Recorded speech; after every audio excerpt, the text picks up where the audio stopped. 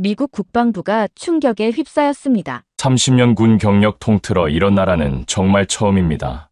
2025년 7월 워싱턴 국방부 상황실 트럼프 대통령이 한국에 요구한 GDP 5% 국방비 증액. 미국 전문가들은 한국 측 제안에 코웃음치며 무시했습니다. 이건 전형적인 조작으로 한국의 명백한 꼼수입니다. 그리고 30년 군 경력의 베테랑이 한미 동맹 협상 대표로 돌연 인천행 비행기에 올랐습니다. 하지만 그가 인천공항에 도착한 순간 그의 모든 계획은 흔들리기 시작했습니다. 미국 국방부는 한국 국방부의 숨은 전략을 반드시 배워야 합니다. 도대체 한국에서 무슨 일이 일어난 걸까요? 미군 장교를 완전히 바꿔놓은 그 놀라운 진실. 오늘의 특별한 이야기 바로 시작합니다. 사연 시작하기에 앞서 구독 버튼 한 번만 꾹 눌러주세요. 저는 미국 국방부 소속 삼성 장군 마이클 핸더슨입니다. 30년간 미군에서 복무하면서 태평양 사령부와 중부 사령부를 거쳤고 현재는 국방부에서 한미 동맹 협상을 담당하고 있어요. 이라크, 아프가니스탄 전쟁부터 한국에서의 연합훈련까지 동서양의 주요 군사작전을 두루 경험해봤죠. 특히 한국과는 15년 넘게 군사협력 업무를 해왔기 때문에 한국에 대해서는 그 누구보다 잘 안다고 자부했습니다. 하지만 2025년 여름에 일어난 일은 제 군 경력을 통틀어 가장 충격적이면서도 감동적인 경험이었습니다. 2025년 7월 한미 관세협정을 앞두고 한국의 국방비 증액 문제가 워싱턴의 뜨거운 감자가 되었어요. 트럼프 대통령은 관세협정에 국방비 30조 원 증대를 포함시키라는 지시를 내렸고 저는 그 협상을 주도할 대표단의 책임자로 임명되었습니다. 솔직히 말해서 반갑지만은 않았어요. 모든 협상에 직접 개입하고 마음에 들지 않는 관료는 즉시 해임하는 트럼프 대통령의 스타일을 잘 알고 있었거든요. 게다가 한꺼번에 한국에게 국방비를 GDP 대비 5%까지 올리겠다는 생각은 무모해 보였습니다. 하지만 뼛속까지 군인이었던 저는 트럼프의 계획을 관철시켜야겠다고 결심했어요. 한국에 국방비 GDP 대비 5% 인상 계획안을 보내줄 것을 요청했습니다. 2025년 7월 15일 한국에서 보내온 국방비 증액 초안이 워싱턴 국방부에 도착했습니다. 처음 보고서를 받았을 때 제 반응은 간단했어요. 한마디로 이건 꼼수다. 한국이 실제 예산은 거의 늘리지 않으면서 회계 기준만 조정해서 5%를 맞춘다고요? 보훈 예산, 병무 예산, 민군 R&D를 국방비에 포함시킨다고요? 저는 속으로 비웃었습니다. 전형적인 아시아식 숫자 노름이군. 겉모습만 번지르르하게 포장하는 거야. 30년 넘게 군 복무를 하면서 저는 수많은 동맹국들과 협상해봤어요. 일본, 독일, 영국, 모든 나라가 나름의 전략을 가지고 있었지만 결국 미국의 우산 아래에서 안주하려는 모습이 대부분이었습니다. 한국도 마찬가지일 거라고 생각했어요. 북한이라는 위협 앞에서 미국에 의존할 수밖에 없는 나라. 그런 나라가 갑자기 국방비를 늘린다고 해봤자 얼마나 실질적일까요? 그때까지만 해도 저는 한국이라는 나라를 완전히 잘못 이해하고 있었죠. 곧바로 국방부 대책회의가 소집되었습니다. 펜타곤 3층 회의실에서 열린 대책회의에는 국방차관, 정책차관보, 그리고 한반도 담당 고위 관료들이 모두 참석했어요. 저는 30년간의 군 경험을 바탕으로 이 회의를 주도해야 했습니다. 회의실 테이블에 놓인 한국 측 제안서는 두껍고 복잡했어요. 하지만 핵심은 단순했습니다. 기존 국방부 예산은 크게 늘리지 않으면서도 GDP 대비 5%라는 목표를 달성하겠다는 것이었죠. 이것 좀 보세요, 장군님. 한반도 담당 국장이 문서를 가리키며 말했어요. 보훈부 예산 4조 원을 국방비로 계산하겠다고 합니다. 이건 순전히 회계 조작 아닙니까? 저는 그 순간 미국 국방부의 전형적인 사고방식을 보았어요. 우리는 항상 직접적인 군사 지출만을 국방비로 인정해왔거든요. 무기 구매, 군인 급여, 기지 운영비 이런 것들 말이에요. 병무청 예산도 마찬가지입니다. 징병제 운영비를 왜 국방비로 계산하는 거죠? 다른 참석자가 말했어요. 우리나라는 모병제인데 징병제 운영비를 국방비로 본다는 건 이해할 수 없어요. 저 역시 그때까지는 동의했습니다. 미군은 세계 최강의 직업군인들로 구성되어 있어요. 모병제의 장점을 누구보다 잘 알고 있었죠. 징병제는 구시대적이고 비효율적이라고 생각했습니다. 가장 문제는 이 부분입니다. 정책차관보가 자료를 넘기며 말했어요. 산업통상자원부의 민군협력 R&D 예산을 국방비로 계산하겠다고 하네요. 이건 명백히 민간기술개발 예산인데 말이에요. 회의실에 웃음소리가 번졌어요. 모두가 한국의 제안을 우스꽝스럽게 여기고 있었습니다. 결국 실제 군사비 증액은 거의 없이 기존 예산을 재분류하는 수준이군요. 저는 그 자리에서 결론을 내렸습니다. 이런 식으로는 트럼프 대통령을 설득할 수 없습니다. 대통령께서는 실질적인 국방비 증액을 원하시거든요. 하지만 회의가 끝나갈 무렵 한 가지 이상한 점을 발견했어요. 한국 측 제안서의 마지막 부분에 있는 마스가 프로젝트 조선 협력 부분이었습니다. 이 부분은 좀 흥미롭군요. 미국 내 조선소 건설과 미 해군 함정 건조를 한국 국방비로 계산하겠다고, 어떻게 보면 미국에게도 이익이 되는 제안인 것 같은데요. 저는 그때 처음으로 한국의 제안이 단순한 회계 조작이 아닐 수도 있다는 생각을 했어요. 하지만 여전히 확신이 서지 않았습니다. 직접 가서 확인해 봐야겠습니다. 한국이 정말로 무엇을 계획하고 있는지 말이에요. 그 결정이 제 인생을 바꿀 줄은 그때는 몰랐습니다. 2025년 7월 20일 오후 3시 인천국제공항에 도착했습니다. 한국 방문이 처음은 아니었지만 이번에는 다른 목적이 있었죠. 한국의 국방 전략을 냉정하게 평가하고 미국의 국익에 맞는 협상안을 도출해내는 것이 제 임무였습니다. 공항에서부터 느껴지는 한국의 빨리빨리 문화는 여전했어요. 아니, 몇 년 전보다 더 가속화된 것 같았습니다. 이 나라 사람들 여전하네. 입국 심사대에서 승객들을 처리하는 속도, 수화물을 나르는 직원들의 움직임, 심지어 공항 청소를 하는 분들까지 모든 것이 미국의 1.5배는 빠른 속도로 돌아가고 있었어요. 한국 측 연락관인 김중령이 저를 마중 나왔습니다. 장군님, 어서 오세요. 서울까지는 약 1시간 정도 걸립니다. 차 안에서 김중령이 설명했어요. 저희 나라 사람들은 빨리빨리 문화가 있습니다.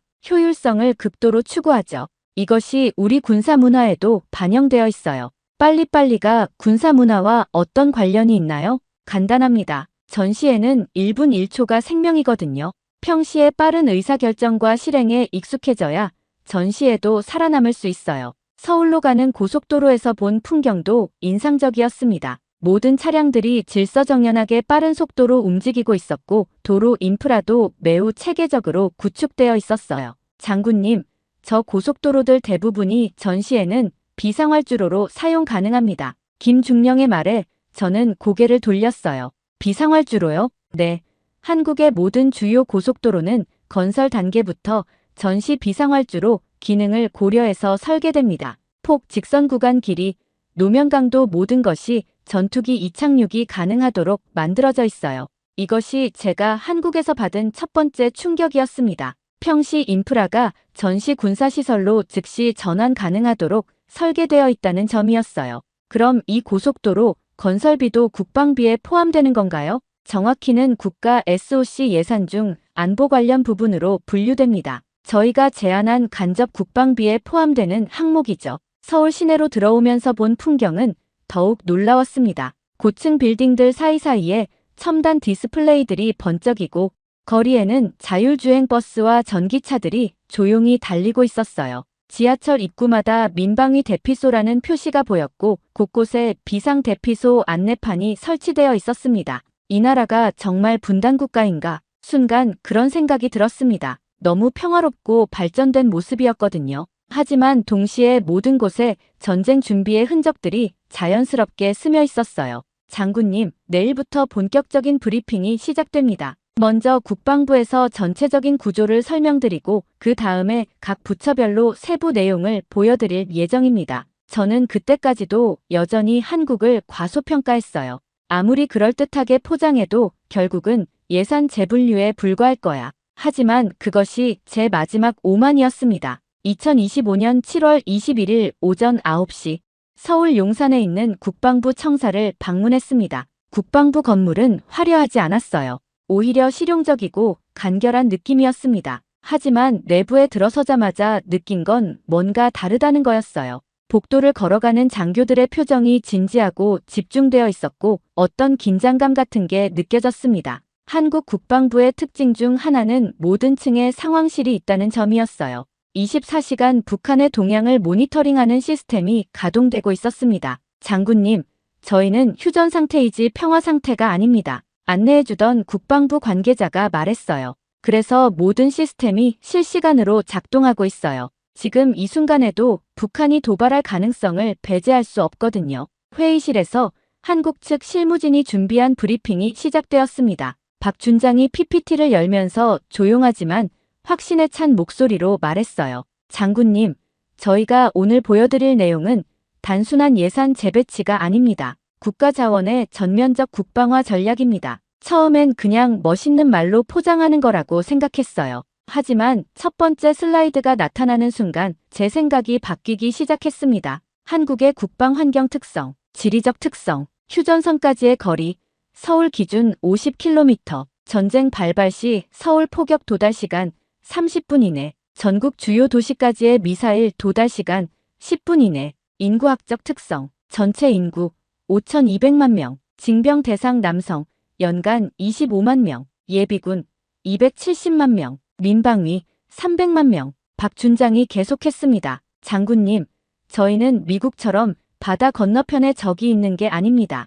휴전선 넘어 50km 지점에 평양이 있어요. 전쟁이 나면 30분 안에 서울이 포격권에 들어갑니다. 그 말을 듣는 순간 저는 왜 한국이 이런 방식으로 국방비를 계산하는지 이해가 되기 시작했어요. 그래서 저희에게는 평시와 전시의 구분이 모호합니다. 모든 국가 자원이 잠재적 국방 자산이에요. 다음 슬라이드에는 더욱 구체적인 수치들이 나타났습니다. 현재 한국의 국방 관련 예산 구조, 국방부 예산 직접 국방비 61조 원, GDP의 2.3%, 방위력 개선비 22조 원, 전력 운영비 39조 원, 각 부처별 간접 국방비 72조 원, GDP의 2.7%, 국가보훈부 4조 원, 병무청 0.5조 원, 산업부 민군협력 R&D 1.5조 원, 마스가 프로젝트 60조 원, 기타 안보 관련 6조 원, 총합 133조 원,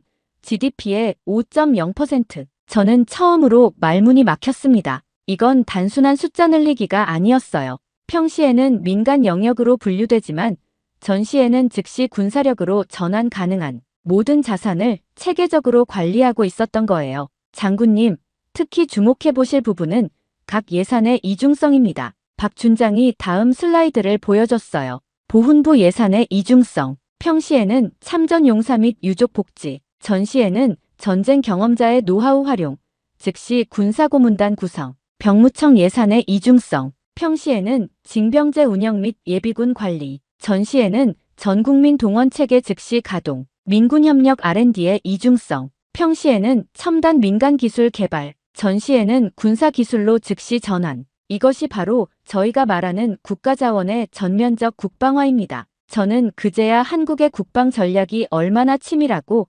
현실적인지 깨닫기 시작했어요. 다음 날인 7월 22일 산업통상자원부 청사에서 마스가 프로젝트 브리핑이 있었습니다. 처음엔 단순한 산업협력 프로젝트인 줄 알았어요. 하지만 회의실에 들어서서 벽에 걸린 대형 지도를 보는 순간 이것이 보통 프로젝트가 아니라는 걸 직감했습니다. 지도에는 미국 동부, 서부, 걸프만 연안의 주요 항구들이 표시되어 있었고 각 지역별로 조선소 건설 계획이 상세히 그려져 있었어요. 장군님, 마스가 프로젝트는 210조 원 규모의 한미 조선협력 사업입니다. 산업부 국장이 설명을 시작했어요. 조선이요? 배 만드는 얘기가 국방비와 무슨 상관이 있다는 거죠? 저는 솔직하게 의문을 표했습니다. 미국 내 신규 조선소 건립, 조선 인력 양성, 그리고 가장 중요한 미 해군 함정 건조 및 유지 보수 업무가 포함됩니다. 순간 한 방 얻어맞은 느낌이었어요. 미 해군 함정을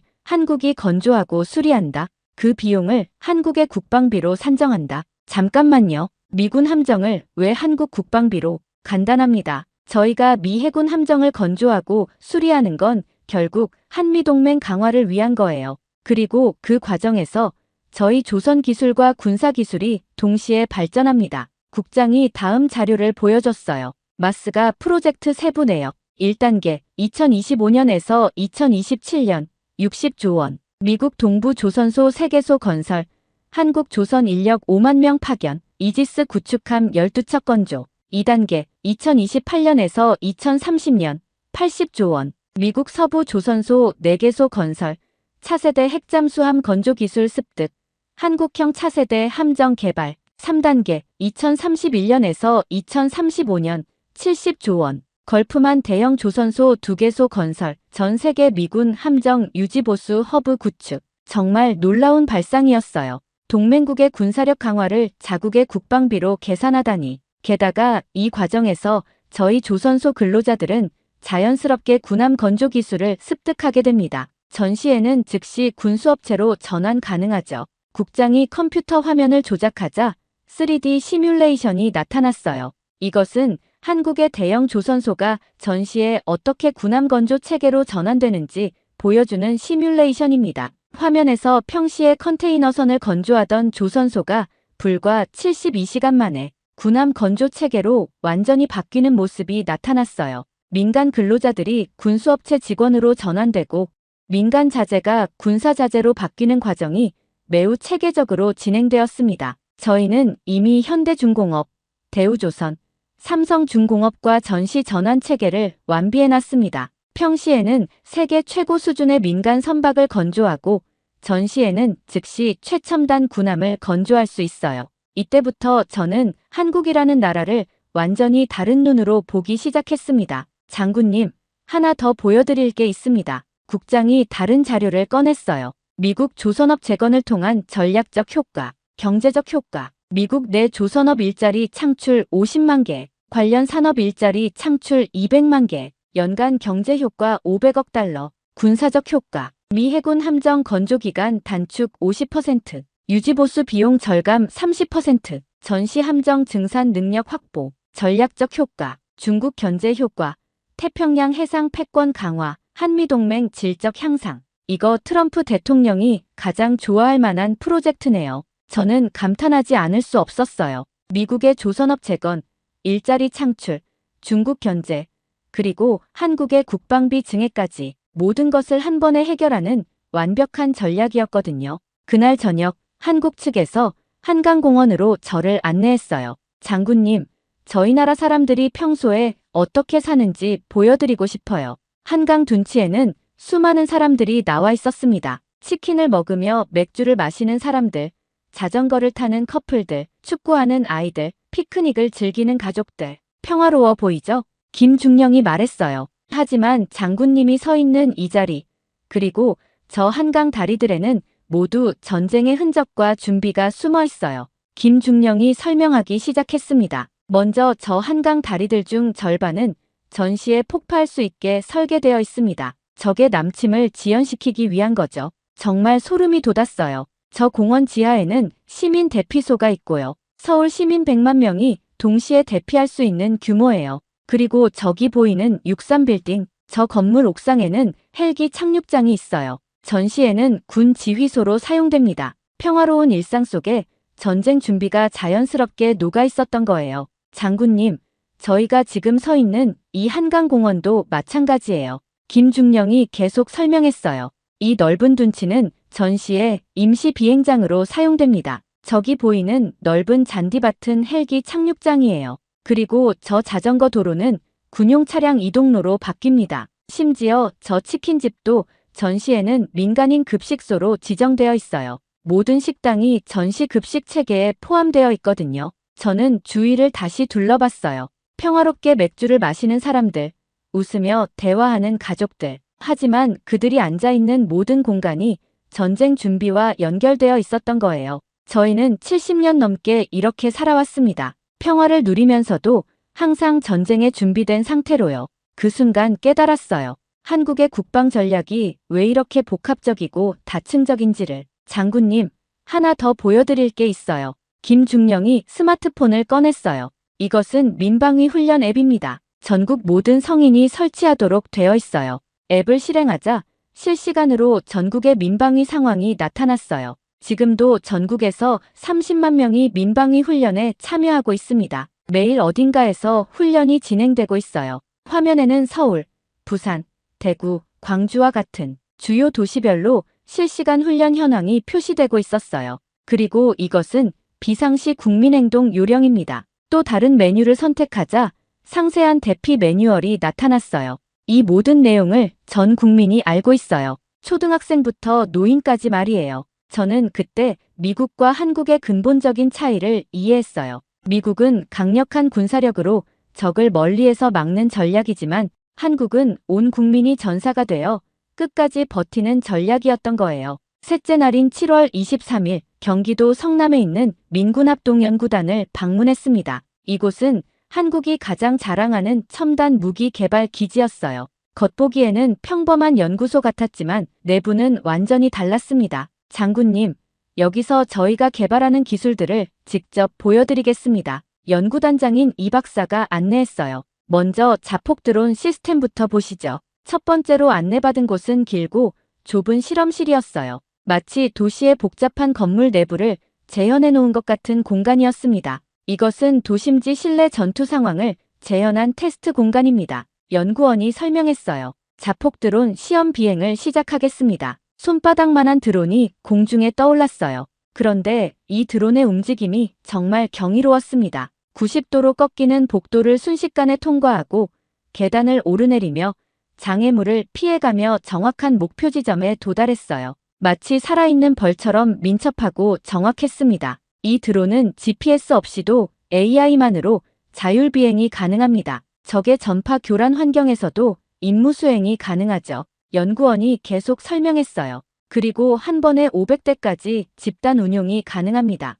떼공격 방식이에요. 컴퓨터 화면에 시뮬레이션이 나타났어요. 500대의 드론이 동시에 출발해서 서로 다른 경로로 목표 지점에 도달하는 모습이었습니다. 정말 놀라운 광경이었어요. 각 드론은 서로 통신하면서 최적의 공격 루트를 실시간으로 계산합니다. 하나가 격추되면 나머지가 즉시 루트를 재조정하죠. 저는 입을 다물지 못했어요. 이 정도 기술이면 우리 미군도 상당히 위협적으로 느낄 수준이었거든요. 이 기술의 핵심은 인공지능입니다. 이 박사가 다른 실험실로 안내했어요. 여기서 AI 개발이 이루어집니다. 두 번째 실험실에는 수십 대의 고성능 컴퓨터가 있었어요. 저희가 개발한 AI는 실시간 전장 상황 분석이 가능합니다. 적과 아군을 0.1초 만에 구분하고 최적의 공격 타이밍을 계산해요. 화면에 복잡한 전장 상황이 나타났어요. 건물, 나무, 차량, 사람들이 뒤섞인 혼란스러운 상황이었는데 AI가 적군과 민간인을 구분하는 데 걸리는 시간은 0.3초입니다. 화면에서 적군으로 식별된 대상들의 빨간 점이 찍혔어요. 정확도가 놀라웠습니다. 5인 사격 확률은 0.1% 미만입니다. 인간 사격수보다 50배 정확해요. 세 번째로 본 것은 기동정찰 로봇이었습니다. 실험장에 거친 바위와 진흙, 경사면이 있는 지형을 만들어놨는데 출발, 개처럼 생긴 로봇이 움직이기 시작했어요. 바위를 기어오르고 진흙을 헤치고 가파른 경사를 올라가는 모습이 정말 실제 군경 같았습니다. 이 로봇은 전방 정찰은 물론 폭발물 운반, 응급의료 지원까지 가능해요. 로봇이 모의 부상자에게 다가가서 응급처치 키트를 전달하는 모습을 보여줬어요. 그리고 가장 중요한 건 연구원이 리모컨을 조작했어요. 적에게 발각되면 자폭합니다. 반경 20m 내의 모든 적군을 무력화시킬 수 있어요. 마지막으로 본 것은 전자전 시스템이었습니다. 이것은 적의 통신과 전자장비를 무력화시키는 시스템입니다. 거대한 안테나가 설치된 실험실이었어요. 반경 100km 내의 모든 전자장비를 선택적으로 마비시킬 수 있어요. 적의 미사일도 무력화시킬 수 있죠. 실제로 시연을 보여줬는데 표정용 드론이 갑자기 떨어지는 모습을 봤어요. 이 모든 기술들이 산업부 예산으로 개발되고 있다고 저는 그 자리에서 생각했어요. 그럼 이걸 국방비로 계산하지 않는 게 이상한 거 아닌가? 그날 저녁 연구원들과 함께 근처 한 식당에 갔어요. 작은 가족 식당이었는데 70대로 보이는 할아버지가 운영하고 계셨습니다. 할머니와 함께 수십 년간 이 자리에서 식당을 하고 계신다고 했어요. 제가 미군 장교라는 걸 아신 할아버지가 갑자기 깊이 인사를 하시더라고요. 고맙습니다. 정말 고맙습니다. 통역을 통해 들은 할아버지의 말씀이 지금도 가슴에 남아있어요. 6.25 때 미군이 우리를 도와주지 않았다면 지금 이 식당도 없었을 겁니다. 제 손자들도 자유롭게 공부할 수 없었을 거고요. 할아버지는 당시 10살이었다고 하셨어요. 인민군이 서울을 점령했을 때의 공포를 아직도 생생히 기억하고 계셨습니다. 그때 미군 탱크가 마을에 들어왔을 때 정말 천사 같았어요. 우리를 구해줄 거라는 희망이 생겼거든요. 그리고는 특별한 반찬들을 계속 가져다 주시면서 우리 군인들 많이 드세요. 힘내세요. 할머니도 부엌에서 나오셔서 인사를 하셨어요. 우리 아들도 군대 다녀왔어요. 손자도 내년에 군대 가고요. 다 나라를 지키는 일이잖아요. 저는 그때 처음으로 한국 사람들이 국방에 대해 갖고 있는 마음을 이해했어요. 이분들에게 국방은 추상적인 개념이 아니었어요. 일상을 지키는 구체적인 방패였던 거죠. 식사 후 연구원들과 나눈 대화도 인상적이었습니다. 장군님, 저희는 돈을 벌기 위해 이 일을 하는 게 아니에요. 30대 초반으로 보이는 젊은 연구원이 말했어요. 삼성이나 LG에 가면 연봉이 2배는 더 받을 거예요. 하지만 여기서 만드는 기술이 우리 가족을 지킬 수 있다면 그게 더 의미 있지 않을까요? 또 다른 연구원이 덧붙였어요. 제 아들이 군대 가는 게 10년 후예요. 그때 우리 아이가 좀 더 안전한 환경에서 복무할 수 있도록 지금 우리가 할 수 있는 걸 다 해놔야 한다고 생각해요. 30대 중반의 선임 연구원도 말했어요. 저는 예비군이에요. 매년 훈련 받으러 가는데 그때마다 느끼죠. 우리가 만든 기술이 실제로 우리 군대를 강하게 만들고 있다는 걸요. 특히 요즘은 북한이 핵무기랑 미사일 개발에 집중하고 있잖아요. 우리도 그에 맞는 기술을 개발해야 해요. 저는 그 순간 정말 부끄러웠습니다. 제가 그동안 한국의 국방 전략을 얼마나 피상적으로 이해하고 있었는지 깨달았거든요. 한국의 국방비는 단순한 예산이 아니었어요. 국민 한 사람 한 사람의 절실함이 모인 것이었습니다. 연구소 방문 다음 날 저녁, 한국군 장교들과의 회식에 초대받았어요. 한국의 회식 문화는 정말 독특했습니다. 계급 구분이 엄격한 한국군인데 술자리에서는 허물없이 대화하더라고요. 장군님, 저희 후배가 개발한 드론 어떠셨어요? 육군 대령이 물었어요. 솔직히 놀랐습니다. 저 정도 기술이면 미군도 도입을 검토해봐야 할 수준이에요. 그러자 젊은 대위가 의외의 말을 했어요. 사실 저희가 목표로 하는 건 미군 수준이 아니에요. 뭐라고요? 그렇다면 이스라엘이에요. 이 말이 제게는 큰 충격이었어요. 인구 1000만도 안 되는 나라가 어떻게 중동 최강국이 됐는지 저희가 벤치마킹하는 모델이에요. 한국은 미국을 따라가려는 게 아니라 자신들만의 독특한 길을 만들어가고 있었던 거예요. 공군 소령이 말했어요. 이스라엘의 아이언돔 시스템처럼 저희도 북한의 포탄을 막을 수 있는 시스템을 개발 중입니다. 그것이 바로 한국형 미사일 방어체계입니다. 해군 중령이 덧붙였어요. 그리고 이스라엘의 모사드처럼 강력한 정보력도 키우고 있고요. 가장 중요한 건 이스라엘처럼 온 국민이 국방에 참여하는 시스템이에요. 저는 그제야 이해했어요. 한국이 왜 보훈 예산, 병무 예산, 민군 R&D를 모두 국방비로 계산하려고 하는지를. 이스라엘처럼 온 국민이 국방에 참여하는 시스템에서는 모든 예산이 국방 예산인 거였어요. 장군님, 이스라엘과 한국의 공통점이 많아요. 육군 중령이 설명했어요. 이스라엘과 한국의 공통점은 지정학적 환경과 사회적 특징에 유사성이 있습니다. 첨단 기술 중심, 선제 공격 능력, 비대칭 전력 개발과 같은 국방 전략에서도 마찬가지이고요. 하지만 한국이 이스라엘보다 유리한 점도 있어요. 해군 대위가 말했어요. 우리는 제조업 강국이에요. 이스라엘은 기술은 좋지만 대량 생산 능력이 부족해요. 우리는 설계부터 양산까지 모든 걸 할 수 있어요. 그리고 우리 뒤에는 미국이라는 강력한 동맹이 있고요. 공군 중령이 덧붙였어요. 이스라엘은 미국의 지원을 받지만 결국 혼자 싸워야 해요. 하지만 우리는 미군과 함께 싸울 수 있어요. 대화가 깊어질수록 저는 한국군의 전략적 사고에 감탄하게 되었어요. 장군님, 저희의 최종 목표는 스마트 파워예요.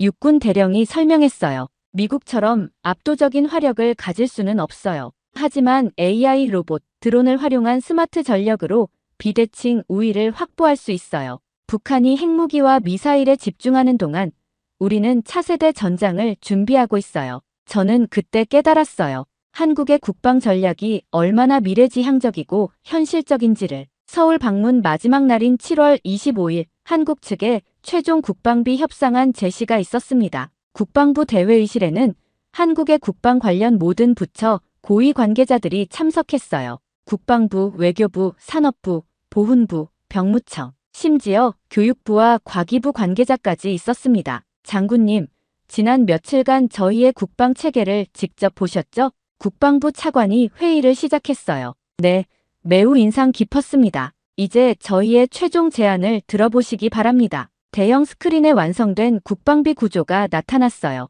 처음 워싱턴에 보고했던 보고서와는 차원이 다른 완성도였습니다. 저희는 국방비를 크게 두 단계로 나누어 계산했습니다. 첫 번째는 직접 국방비로 GDP의 3%에 해당합니다. 여기에는 기존 국방부 예산을 2.3%에서 2.5%로 늘린 것과 함께 보훈부의 참전용사 지원과 전쟁사 교육 예산, 병무청의 징병제 운영과 예비군 관리 예산, 그리고 산업부의 민군협력 연구개발 예산이 포함됩니다. 국방부 차관이 계속 설명했어요. 두 번째는 간접 국방비로 GDP의 2%입니다. 가장 큰 비중을 차지하는 것이 210조 원 규모의 마스가 프로젝트이고 여기에 국가사회 간접자본 중 안보 관련 부분, 우주개발 예산, 교육부의 안보교육 예산, 그리고 사이버 보안과 정보 수집 등 기타 안보 관련 예산이 포함됩니다. 이렇게 해서 총 GDP 5%를 완벽하게 달성하게 됩니다. 이것은 단순한 예산 증액이 아닙니다. 국방부 차관이 강조했어요. 국가 역량의 총체적 국방화입니다. 산업부 차관이 설명을 이어갔어요. 특히 마스가 프로젝트는 미국에게도 엄청난 이익을 가져다 줄 것입니다. 마스가 프로젝트의 미국 측 이익, 경제적 이익, 일자리 창출 직접 50만 개, 간접 200만 개, 경제 효과 연간 500억 달러, 조선업 부활 50년 만에 완전한 재건, 전략적 이익, 중국 견제 태평양 해상 패권 확보, 동맹 강화 한미 군사협력 질적 도약, 기술 발전 차세대 해상 무기체계 개발, 정치적 이익, 트럼프 공약 실현 미국 제조업 부활, 중서부 표심 확보 조선업 지역 일자리 창출, 대중국 강경책 실질적 견제 수단 확보. 저는 그제야 한국의 전략이 얼마나 치밀한지 깨달았어요. 한국은 미국의 요구를 단순히 받아들인 게 아니라 미국이 거부할 수 없는 제안을 만들어낸 거였어요. 장군님, 이제 미국 측의 의견을 듣고 싶습니다. 저는 그 자리에서 말했어요. 이건 꼼수가 아닙니다. 전략입니다. 한국 측 대표들이 놀란 표정을 지었어요. 처음에는 저도 의심했습니다. 하지만 직접 보고 나니 이것이야말로 21세기형 국방 전략이라는 생각이 듭니다. 그리고 이렇게 덧붙였어요. 오히려 미국이 한국에게서 배워야 할 부분이 많습니다. 회의실이 조용해졌어요. 미국의 협상 대표가 한국을 인정한다는 건 예상치 못한 일이었거든요. 특히 마스가 프로젝트는 트럼프 대통령이 가장 좋아할 만한 제안입니다. 아메리카 퍼스트와 동맹 강화를 동시에 실현할 수 있어요. 저는 확신했어요. 이 제안이라면 트럼프 대통령도 받아들일 수밖에 없을 거라고. 한국에서의 모든 일정을 마치고 워싱턴으로 돌아오는 비행기 안에서 저는 계속 생각했어요. 과연 국방장관께 어떻게 보고드려야 할까요? 14시간의 긴 비행시간 동안 저는 보고서를 정리했어요.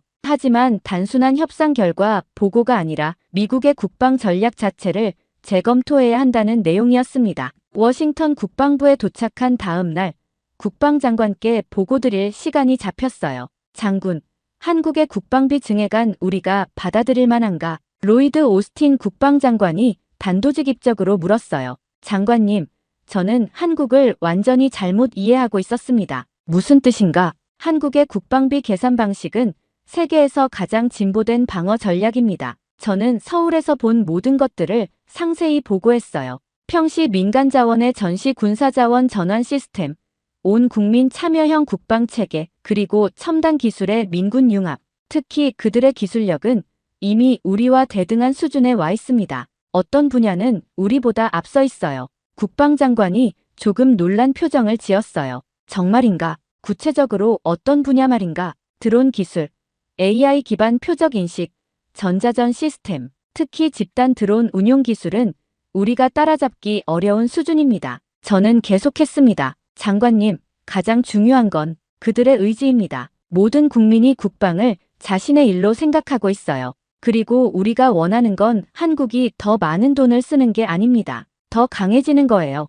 그리고 한국은 이미 그 길을 가고 있습니다. 국방장관이 신중한 표정으로 물었어요. 마스가 프로젝트는 어떻게 평가하나? 이것이 가장 중요한 부분입니다. 이 프로젝트는 미국의 조선업을 완전히 재건시킬 수 있어요. 저는 자료를 꺼내 보여드렸어요. 50만 개의 직접 일자리, 200만 개의 간접 일자리 창출이 가능합니다. 그리고 중국의 해상 팽창을 견제하는 실질적 수단이 될 수 있어요. 대통령께서 가장 관심을 가지실 부분이겠군. 맞습니다. 그리고 이것은 명목상 한국의 국방비이지만 실제로는 미국의 국방력 강화에 직접 기여합니다. 국방장관이 고개를 끄덕였어요. 한국의 제안을 받아들이라는 뜻인가? 네. 그리고 우리도 한국의 방식을 연구해야 합니다. 저는 마지막으로 중요한 의견을 제시했어요. 장관님, 중국과의 장기 경쟁에서 승리하려면 우리도 민군 융합과 국가 총력전 체계를 구축해야 합니다. 한국이 그 모델을 보여주고 있어요. 며칠 후 국방 전문 매체인 디펜스 뉴스 수석 기자가 저를 인터뷰했어요. 장군님, 한국의 국방비 증액안에 대해 어떻게 생각하십니까? 저는 주저없이 대답했습니다. 한국의 접근법은 혁명적입니다. 그들은 국방의 개념 자체를 재정의하고 있어요. 구체적으로 어떤 의미인가요? 20세기 국방은 군대가 모든 걸 담당했습니다. 하지만 21세기 국방은 온 사회가 참여해야 해요. 한국이 바로 그런 모델을 만들어가고 있습니다. 기자가 또 물었어요. 하지만 일부에서는 회계 조작이라는 비판도 있는데요. 저도 처음에는 그렇게 생각했습니다. 하지만 직접 확인해 본 결과 이것은 가장 효율적인 자원 활용 방식이에요. 저는 확신에 찬 목소리로 말했어요. 예를 들어 한국의 보훈 예산 4조 원. 이것은 단순한 복지가 아닙니다. 전쟁 경험자들의 생생한 증언과 노하우를 후세에 전달하는 투자예요. 이보다 중요한 국방 자산이 어디 있겠습니까? 민군 R&D도 마찬가지입니다. 평시에는 민간 기술로 경제 발전에 기여하고 전시에는 즉시 무기 체계로 전환됩니다. 이런 이중 효과를 얻는 나라가 몇이나 될까요? 기자가 더 깊이 있는 질문을 했어요. 그럼 미국도 한국 방식을 도입해야 한다는 뜻인가요? 부분적으로는 그렇습니다. 특히 중국과의 장기 경쟁에서는 말이에요. 저는 신중하게 답했어요. 중국은 이미 민군 융합 전략을 추진하고 있습니다. 민간 기업과 군사 기술을 구분하지 않죠. 우리도 그에 맞는 대응이 필요해요. 한국의 마스가 프로젝트는 어떻게 평가하십니까? 이것은 정말 혁신적인 아이디어입니다. 동맹국의 국방비로 자국의 산업을 재건하는 동시에 전체 동맹의 군사력을 강화하는 거예요. 저는 좀 더 구체적으로 설명했어요.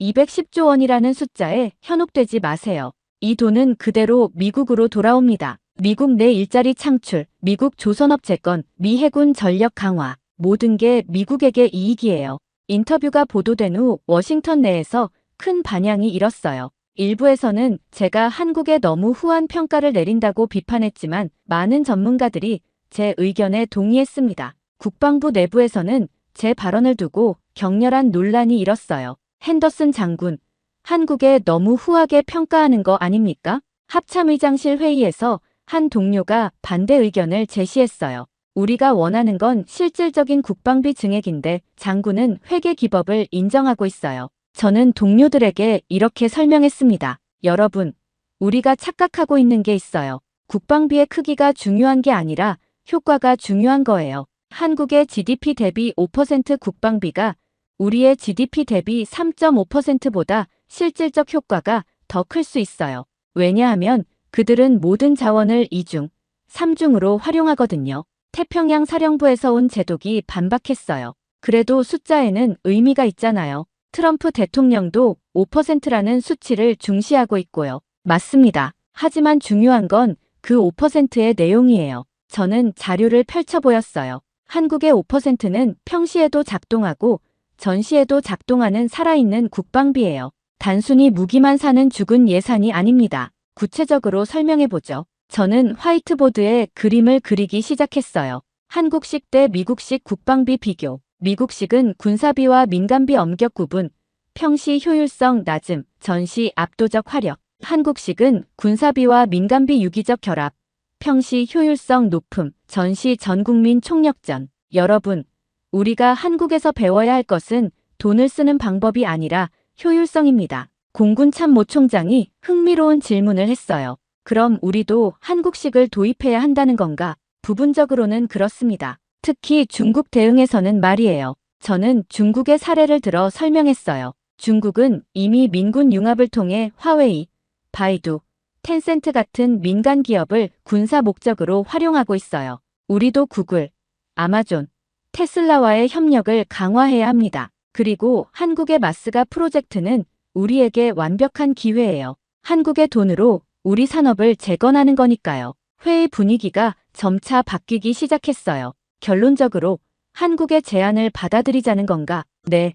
그리고 우리도 한국식 모델을 연구해서 적용 가능한 부분을 찾아야 합니다. 그 회의 이후 미국 국방부 내에서 한국 모델 연구팀이 구성되었어요. 그날 밤 집에서 혼자 생각해봤어요. 30년 군 생활을 하면서 저는 늘 미국이 최고라고 생각했어요. 우리의 방식이 표준이고 다른 나라들은 우리를 따라와야 한다고 생각했죠. 하지만 한국에서 본 것은 완전히 다른 패러다임이었어요. 미국은 강력한 군사력으로 적을 억제하는 방식이에요. 압도적 화력, 첨단 무기, 전 세계 기지 네트워크. 이것이 미군의 전통적 강점이었죠. 하지만 한국은 온 사회가 하나의 군사 조직처럼 움직이는 방식이었어요. 모든 국민이 예비군이고 모든 산업이 잠재적 군수업체이며 모든 인프라가 전시 자산인 거예요.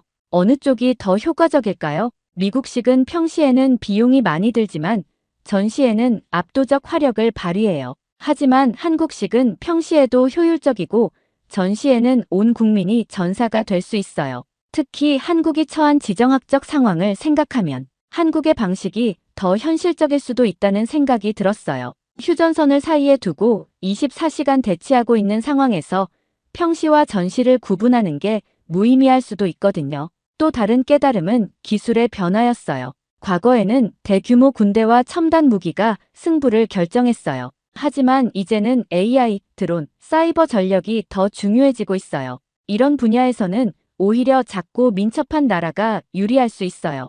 한국이 바로 그런 경우죠. 저는 그날 밤 오랫동안 제 30년 군 경력을 되돌아봤어요. 이라크 전쟁, 아프가니스탄 전쟁, 모든 전쟁에서 우리는 승리했어요. 하지만 그 승리가 진정한 평화를 가져다 줬나요? 반면 한국은 70년 동안 한 번도 전쟁을 하지 않았어요. 하지만 항상 전쟁에 준비되어 있었죠. 이것이 진정한 억제력이 아닐까요? 제가 한국에서 가장 인상 깊었던 것은 국민들의 마음가짐이었어요. 전쟁을 두려워하지 않으면서도 평화를 사랑하는 마음, 현실을 인정하면서도 희망을 잃지 않는 태도, 개인의 이익보다 공동체의 안전을 우선시하는 정신, 이런 것들이 진정한 국방력의 바탕이 아닐까 생각했어요. 며칠 후 국가안전보장회의에서 한국 관련 정책을 논의하는 자리가 있었어요. 백악관 상황실에는 국방장관, 국무장관, 국가안보보좌관 등 주요 인사들이 모였어요.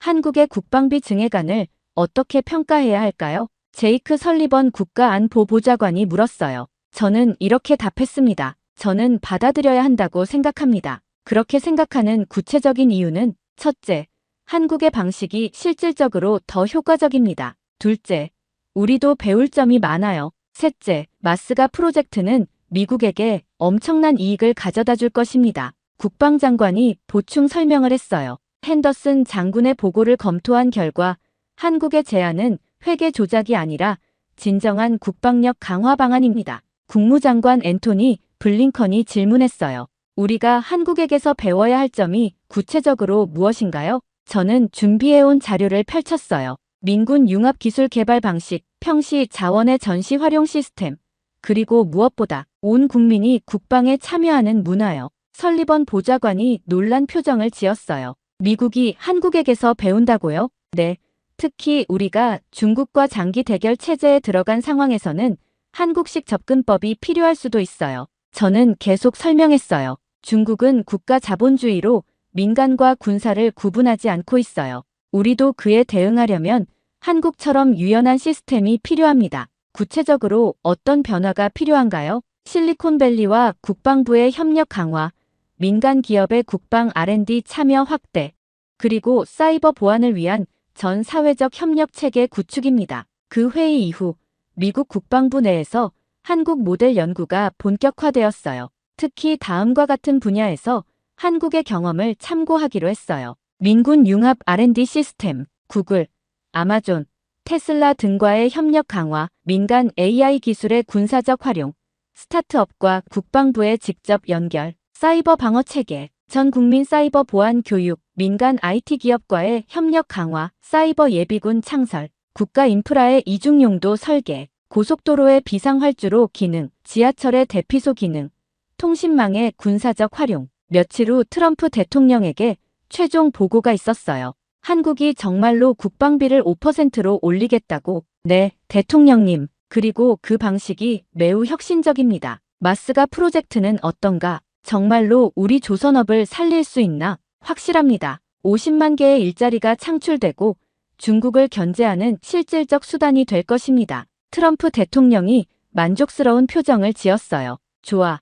그럼 한미 정상회담에서 발표하자. 2025년 8월 25일로 예정된 한미 정상회담이 이제 며칠 앞으로 다가왔습니다. 지난 한 달간 진행된 협상의 결과가 이제 공식적으로 발표될 예정이에요. 백악관에서는 이번 합의를 21세기 한미동맹의 새로운 이정표라고 평가하고 있습니다. 트럼프 대통령이 발표할 내용은 이미 언론에 예고되고 있어요. 한국은 국방비를 GDP 대비 5%로 늘리기로 했다. 이는 NATO 기준의 2배가 넘는 수준으로 세계에서 가장 높은 국방비 지출 비율이다. 특히 210조 원 규모의 마스가 프로젝트를 통해 미국의 조선업이 완전히 재건될 것이다. 이는 50만 개의 일자리를 창출하고 중국의 해상 팽창을 견제하는 핵심 전략이 될 것이다. 언론에서는 한국이 미국의 압박에 굴복했다고 보도할 것 같지만 저는 달리 생각해요. 사실 이번 협상에서 더 많은 걸 얻는 쪽은 한국일 거예요. 한국은 기존 예산 구조는 그대로 유지하면서도 국제적으로는 세계 최고 수준의 국방비 지출국이라는 인정을 받게 될 테니까요. 그리고 무엇보다 한국의 독특한 국방 전략이 미국에 의해 공식 인정받는다는 의미가 될 겁니다. 저는 이번 주말에 다시 한번 한국을 방문할 예정이에요. 정상회담 직전 최종 점검을 위해서죠. 하지만 이번에는 협상자가 아니라 동반자로서 가는 겁니다. 한국의 국방 전략을 배우고 한미동맹의 미래를 함께 설계하기 위해서요. 한 달 전만 해도 저는 한국을 도움이 필요한 동맹국 정도로 생각했어요. 하지만 이제는 배울 점이 많은 파트너라고 생각합니다. 특히 중국과의 장기 경쟁에서 한국의 경험과 노하우가 절실히 필요하다는 걸 깨달았어요. 작지만 강한 나라, 효율적이면서도 혁신적인 나라, 현실적이면서도 미래지향적인 나라. 이것이 제가 새롭게 발견한 한국의 모습입니다.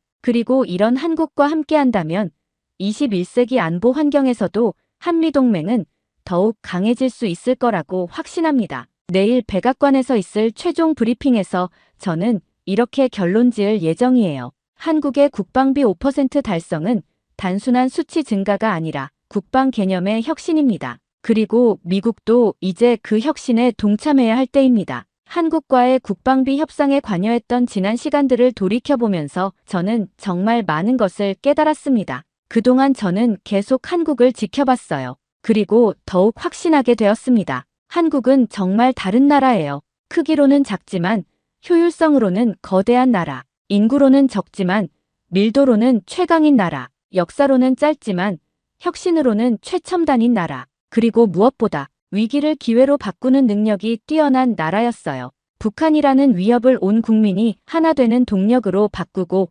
분단이라는 불리함을 최고 수준의 경계의식으로 전환시켰어요. 미국의 압박을 받아들이면서도 자신들만의 방식으로 소화해냈고요. 저는 이제 확신합니다. 21세기 안보 환경에서는 한국식 접근법이 표준이 될 거라고요. 국경이 모호해지고 전쟁과 평화가 구분되지 않는 시대에는 온 사회가 하나의 국방 체계로 움직여야 해요. 그리고 그 길을 가장 먼저, 가장 체계적으로 개척한 나라가 바로 한국입니다. 마지막으로 한 가지 더 말씀드리고 싶은 게 있어요. 저는 한국에서 숫자 뒤에 숨어있는 진짜 힘을 봤습니다. GDP 대비 5%라는 숫자 뒤에는 70년간 전쟁 위협 속에서도 굴복하지 않은 국민들의 의지가 있었어요. 보훈 예산이라는 숫자 뒤에는 조국을 위해 희생한 분들에 대한 감사와 존경이 있었어요. 민군 R&D라는 숫자 뒤에는 우리 아이들이 더 안전한 세상에서 살기를 바라는 부모들의 마음이 있었어요.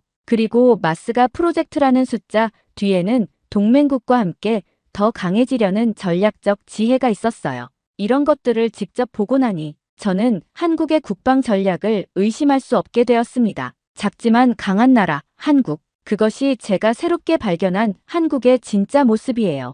여러분도 언젠가 기회가 되면 한국을 직접 가보세요. 숫자로는 표현할 수 없는, 하지만 분명히 존재하는 그들만의 힘을 느낄 수 있을 겁니다. 긴 이야기 들어주셔서 감사합니다.